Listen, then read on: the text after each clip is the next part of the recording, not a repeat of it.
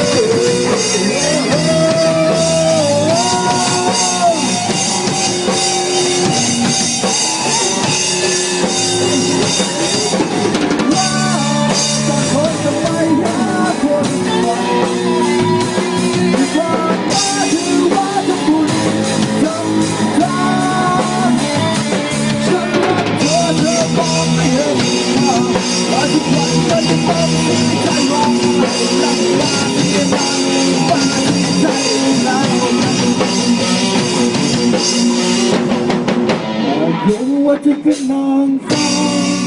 แต่เธอก็คือนางร้ายเธอจะอยู่ไม่ได้ใจว่าเธอเกิดมาเพื่อฉันก็คือนางฟ้าเธอบอกว่าสัญญาณไม่ดีฉันหวังสัญญาณมากกว่าไหมแม้ทำลงไปได้